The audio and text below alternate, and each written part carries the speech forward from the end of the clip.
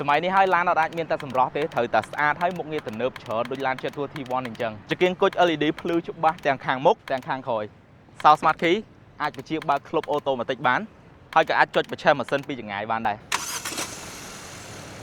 ในการครองเมียนตะโบกเจาะอาจเบิกบ้านจะโกดเพลิงทุ่งในส่วนขนมกาเบิกโบเอกลังทัดทมให้มีการราแผ่หมอยแซ่ได้ยังอาจกับวอลซีดีบ้านมือตะดอบาดลานบ้านแต่มาดองมาโบนก็ไอ้คือเชียบแบบเฟสไบส์ไรออโต้บ้านแต่งไดรเวอร์แต่งพัดเป็นจัง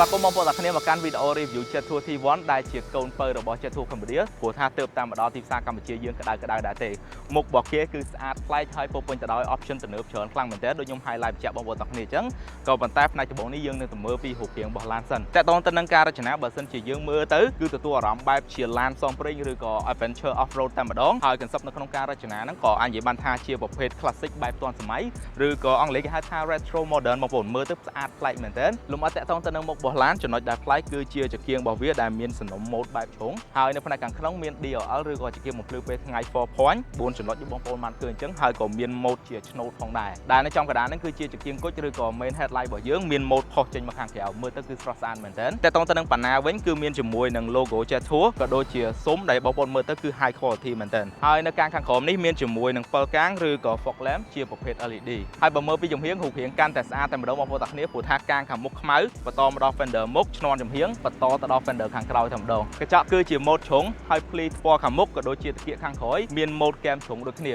บาสันเชียร์ยังมือจมวยหนึ่งตะโบกลางขังเลือดเตี้ยมือเตอร์ซีขี้กรบจมน้อยแต่มาดองบอลตักนี้ยันนี่คือเชียร์ประเภทอร่อยมีโยมตุ่มพรมดับผมไปอินช์ตั้งมุกตั้งขอยแต่มาดองให้ตุ่มรงราชนาบอกเกมือเตอร์โดยกองจะจังบอลโปนสะอาดคลั่งเหมือนเดิมในพนักงานขนมนั้นก็ยังเคยได้ทางคือเชียร์ประเภทแผงดิแผงมุกตั้งเราแต่มาดองประจักษ์บอลโปนแต่ต้องตั้งตุ่มพรมประดอยลานนี้มีประไว้บุญป้อนปลอยแผงมิลลิเมตรตั้งมาป้อนประบวน60มิลลิเมตรกำปั้วมาป้อนประไว้60มิลลิเมตรมาดาวพนักงานขอนี้มือเตอร์การราชนาคือซ้อมซูนให้นั่งตอนสมัยคลั่งเหมือนเดิมมาพอตักเนี่ยจะแสดงมองคือยังมีจมวยหนังสมปอดปิดสต็อปข้างคอยช่วยนี้ถ้าดอสต็อปข้างสนามแต่มาดองให้มีโลโก้จะตัวทอมมวยในจอมกระดาษมือเตอร์ผลิตเหมือนเดิมต้องตั้งการดีไซน์เพลิงสต็อปนี้ตุ่มลงแบบบอสโดยจะนั่งจะเกียงทำมุกได้บองพอตักเนี่ยมีบุญจนน้อยปอกหอมให้ในจอมกระดาษนี้คือจีบเพลิงสีโยก็โดยจีบเพลิงสมเพลินในทางเลื่อนมีสปอยเลอร์ดำใบตุบดำนังล้านไปยังบางระเบิดเลื่อนให้ก็จีบโหมดสมูทอาร์ตเอามีปลอดจะในยังไอเต้ก็โดยจีบมีจมวยนังเพลิงแผงมาประตูนี้รวมเล็กปีเพียบตอนสมัยในการรัชนาพองได้คลุมข้างคอยนี้จีบประเภทออโตเมติกบางคนเผอซาวบาร์กับบ้านบุตรตรงกับบ้านทัดกับบ้านหรือก็ยังบางได้ข้างคอยนี้กับบ้านได้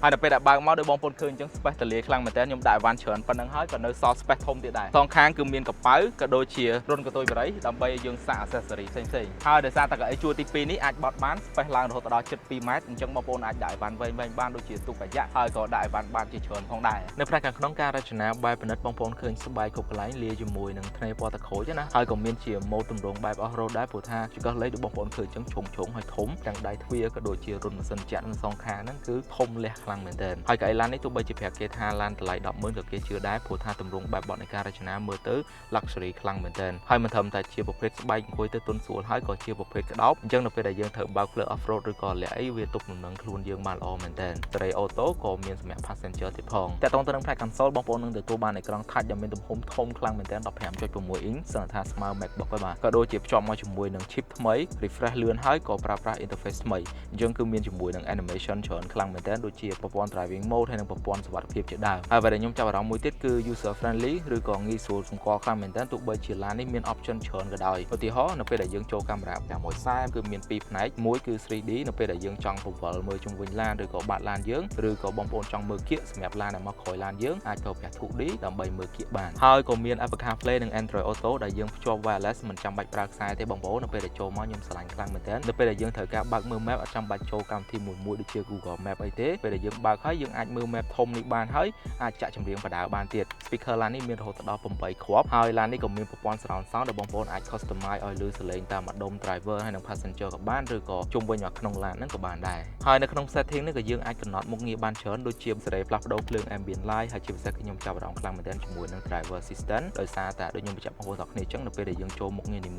วยเวียนหนึ่งเพลย์จีแอนิเมชันประโยชน์เยอะมองทางซิสเต็มมวยนั่นคือดำเนินการอย่างไรนะหายบัสเซนจะยังโจมาไตรนี่คือ ជាកន្លែងកំណត់តាក់ទងទៅនឹង driving mode តែប៉ុន្តែយើងអាចពង្រឹងនៅខាងក្រោមនេះបានមិនចាំបាច់ហាត់ក៏បានដែរបន្តមកដល់ option vehicle នេះគឺជាការ customize របស់យើងបងប្អូនទាំងគ្នាដូចជាប៊ូតុងនៅលើចង្កូតនេះគឺយើងអាចសេរីនៅលើអេក្រង់ touch នឹងបានថាយើងចង់ឲ្យដំណើរការមុខងារបែបណាក៏ដូចជាកំណត់តាក់ទងទៅនឹងផ្អួចកញ្ចក់ក្តោបកម្រិត level ឬក៏កម្ពស់នៃចង្កៀងឡានរបស់យើងតែម្ដងហើយជាពិសេសហ្នឹងគឺតាក់ទងទៅនឹងក្លុបខាងក្រោយបងប្អូនអាចកំណត់ level តាក់ទងទៅនឹងកម្រិតនៃការបើកបាន70 90ឬក៏ 100% ហើយក៏បងប្អូនអាចបើក direct ទៅតាមអេក្រង់ហ្នឹងក៏បានដែរបន្តមកដល់ខាងក្រោមនេះឲ្យបងប្អូនទើបភ្នែកទេការរចនាស្មើឆ្វេងស្មើស្ដាំឬក៏ symmetry តែម្ដងទាំងរុនម៉ាស៊ីនត្រជាក់ wireless charge ប៊ូតុងមុខងារ auto hold ក៏ដូចជា parking brake ទាំង cup holder rear ចង្កឹះលេខហើយនិង driving mode គាត់បានរចនាដាក់ឲ្យចំកណ្ដាលនេះតែម្ដងក៏ដូចជាប៊ូតុងមុខងារសំខាន់គាត់បានរៀបចំមកជួរឲ្យនៅសំណុំជាមួយនឹងរុនម៉ាស៊ីនត្រជាក់ហើយ console នេះក៏ជា mode បដាផងដែរអញ្ចឹងគឺមាន space នៅខាងក្រោមដែលបងប្អូនអាចដាក់អីវ៉ាន់បានក៏ដូចជាមានរុនសាក4បន្ថែមទៀតបន្តមកដល់កន្លែង passenger មានការរចនា graphic ផែនទីនៅពីលើប្រកប ambient light នៅខាងក្រោមក៏ដូចជាដៃទប់ទំនឹងឬក៏ទប់ខ្លួននៅពេលដែលយើងបើក off road ហើយក៏មាន space ខាងក្រោមសម្រាប់ដាក់ទូរស័ព្ទក៏ដូចជាក្លុបនៅខាងក្រោមបន្ថែមទៀតរីឯផ្នែកតកង់វិញគឺមានកុងទ័រ digital ទំហំ 10.25 អ៊ីងព័ត៌មានក៏ដូចជាទិន្នន័យផ្សេងៗនៃល្បឿនរថយន្ត RPM បញ្ចេញបានច្បាស់លាស់ខ្លាំងមែនទែនហើយតាក់ទងទៅនឹងចង្កូតវិញគឺជាប្រភេទស្បែកបងប្អូនក៏ដូចជាការរចនានេះគឺជា DNA របស់ចិត្តតួបែបឆុងហើយក៏ជាប្រភេទចង្កូតភ្លើងអញ្ចឹងក៏មានន័យថានៅក្នុងការបូមចង្កូតគឺធូរល្អហើយក៏អាចផ្លាស់ប្ដូរពីធូរទៅរឹងទៅតាម driving mode ឬក៏យើងអាចកំណត់ខ្លួនឯងក៏បានដែរជាពិសេសទៀតគឺមាន function នៅលើចង្កូតនឹងដូចជាការកំណត់ទៅលើ cruise control voice command stereo volume ហើយក៏មានជាមួយនឹងប៊ូតុង customize ដែលខ្ញុំបានកំណត់ឲ្យបិទអេក្រង់នៅពេលដែលចុចណាតែខាងលើកន្លែងដាក់ venta គឺនៅពីចំហៀងនេះដែលចំណេញ space ដបកញ្ចក់របស់យើងលាតពីខាងមុខទៅដល់ផ្នែកខាងក្រោយតែម្ដងក៏ដូចជាយើងអាចបើកដើម្បីស្រូបយកខ្យល់អាកាសបរិសុទ្ធបានផងដែរមកដល់កៅអីខាងក្រោយនេះខ្ញុំមានអារម្មណ៍ថាស្លាស់មុខក៏ដូចជា fresh ខ្លាំងមែនទែនដោយសារខាងលើមានដបកញ្ចក់អញ្ចឹងណាបងប្អូនហើយតាក់ទងទៅនឹង space វិញគឺទូលាយដោយសារតា wheelbase របស់ឡាននេះឬក៏ចំណុចពីកង់មុខទៅកង់ក្រោយហ្នឹងរហូតដល់ 2800 មីលីម៉ែត្រអញ្ចឹងដូចបងប្អូនឃើញអញ្ចឹងខ្ញុំដាក់ដៃមកចអាមពីជង្គង់ក៏ដល់កៅអីមុខដែរទូលាយខ្លាំងមែនទែនហើយតាក់ទងទៅនឹងកៅអីនេះផ្ទាល់ comfy ឬក៏ផាសុខភាពខ្លាំងមែនទែនដូចបងប្អូនឃើញអញ្ចឹងការរចនារបស់ចិត្តតួគាត់បានធ្វើឲ្យវាកោងនៅកន្លែងខ្នងរបស់យើងអញ្ចឹងនៅពេលដែលផ្អែកទៅគឺសុបតែម្ដងហើយយើងក៏មានជាមួយនឹង armrest ក៏ដូចជា cup holder 2ហើយបើសិនជាបងប្អូនអត់ចង់អង្គុយត្រង់ខ្នងបងប្អូនចង់គេងក៏អាចកាច់មកកន្លែងទៀតដើម្បីតម្រេតខ្លួនបានដែរហើយកន្លែងសាកគឺយើងមានម៉ាសេតទាំង Type C ទាំង Type A ក៏ដូចជានៅខាងលើនេះក៏យើងមានរុនម៉ាស៊ីនត្រជាក់ផងដែ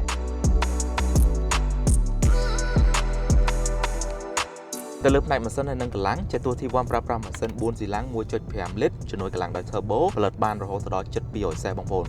184 PS ហើយកម្លាំងរមុលរបស់គេគឺ290 Nm រីឯផ្នែកជើងក្រោមវិញខាងមុខគឺជាប្រភេទ McPherson ខាងក្រោយគឺជាប្រភេទ Multilink ហើយបទពិសោធន៍របស់ខ្ញុំនៅមួយឡាននេះ2ថ្ងៃគឺតែបានច្រើនមែនតើបងប្អូនដោយសារតែយកមកបើកនៅដល់កពតក៏ដូចជាឆ្លងទៅដល់កែបផងដែរតែមានទាំងផ្លូវលាតផ្លូវ off road ពិបាកហើយជាក់ស្ដែងឥឡូវហ្នឹងខ្ញុំកំពុងតែឡើងភ្នំបូកគោផ្ទាល់បងប្អូនទាំងកម្លាំងម៉ាស៊ីនក៏ដូចជាជើងក្រោមគឺខ្ញុំតេស្តមកឆ្អែតតែម្ដងបើនិយាយពេលបើកផ្លូវលាតឡាននេះគឺស្ទុះខ្លាំងមែនតើបងប្អូនទាំងគ្នានៅពេលដែលត្រូវវ៉ាចេញអត់ចាំបាច់ចូល drive mode ទៅកាន់ sport mode អីទេប្រើប្រាស់តែ normal ក៏យើងអាចជន់ស្ទុះវ៉ាគេខាងមុខបានដែរក៏ប៉ុន្តែបើសិនជាបងប្អូនត្រូវការល្បឿនភ្លាមបងប្អូនអាចប្រើប្រាស់ជាមួយនឹង pedal shift យើងតម្លាក់លេខមកទៀតវិញបានដើម្បីឲ្យឡានរបស់យើងឡើង RPM ខ្លាំងហើយជន់ស្ទុះបានលឿននិយាយទៅអត់ចាំបាច់បដូរ drive mode ទេព្រោះថាឡាននេះគឺសន្ទុះខ្លាំងមែនតើបងប្អូនហើយចំណុចដែលខ្ញុំចាប់អារម្មណ៍មួយទៀតតាក់ទងទៅនឹងជើងក្រោមហាប់ល្អខ្លាំងមែនតើបងប្អូនទាំងគ្នាដល់ពេលដែលយើងត្រូវការជន់ល្បឿនអីអត់មានអារម្មណ៍ថាឡានឃ្លីងឃ្លោងឬក៏ឡានហើរនោះទេ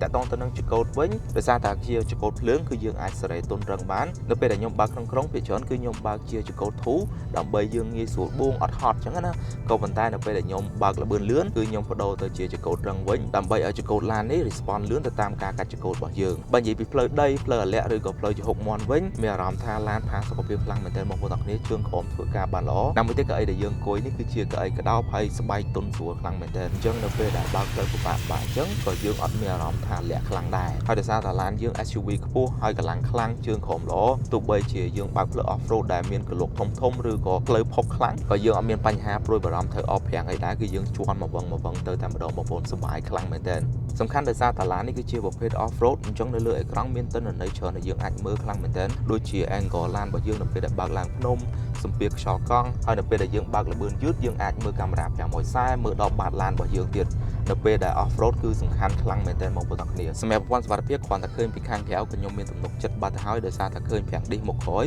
អញ្ចឹង ABS traction control ប្រព័ន្ធជំនួយប្រាំងគឺដឹងតែមានហើយថែមទាំងមានជាមួយប្រព័ន្ធ EBD ឬក៏ប្រព័ន្ធបែងចែកកម្លាំងប្រាំងទៀតផងហើយក៏មានប្រព័ន្ធទប់លំនឹងរថយន្ត ESP និងប្រព័ន្ធ Hill Start Assist ឬក៏ជាប្រព័ន្ធជួយទប់រថយន្តមិនឲ្យរអិលថយក្រោយនៅពេលដែលយើងឈប់ផ្លូវឡើងចំណោតក៏ដូចជាប្រព័ន្ធ Hill Descent Control ជាប្រព័ន្ធជំនួយនៅពេលដែលយើងចុះចំណោតរក្សាល្បឿនថេរយឺតនិងជួយអបប្រាំងឡានរបស់យើងទៅលើប្រព័ន្ធសុវត្ថិភាពកម្រិតខ្ពស់វិញក៏មាន Blind Spot Monitor សងខាងនៅលើកញ្ចក់របស់យើងមានប្រព័ន្ធ Red Cross Traffic Alert ឬក៏បងប្អូននិយាយទៅមានឧបសគ្គនៅខាងក្រោយវានឹងផ្ដល់ជាសញ្ញាមានប្រព័ន្ធ DOW នៅពេលដែលយើងបើកទ្វារហើយមានឡានម៉ូតូមកពីចំហៀងឬក៏ពីក្រោយហ្នឹងគឺវានឹងផ្ដល់សញ្ញាក៏ដូចជាសលេងទាំងកន្លែង Blind Spot ទាំងនៅក្នុងកុងទ័រ Digital ហើយនឹងប្រព័ន្ធមួយទៀតនៅពេលដែលមានឡានម៉ូតូតឡើងល្បឿនមកពីខាងក្រោយឡានរបស់យើងក៏វានឹងផ្ដល់ជាសញ្ញានៅក្នុងកុងទ័រ Digital នេះដែរចំណុចមួយទៀតដែលខ្ញុំចង់ចែករំលែកបងប្អូនគឺតាក់ទងទៅនឹងភាពងាយស្រួលនៅក្នុងការប្រើប្រាស់បងចំណុច detail ផ្សេងៗនៅក្នុងឡាននេះចេះទូគាត់បានរចនាលម្អិតខ្លាំងមែនទែនដូចជាកន្លែងដាក់ទូរស័ព្ទរបស់យើងគឺជាប្រភេទជ័រស្អិតទូរស័ព្ទអត់មានអាលុង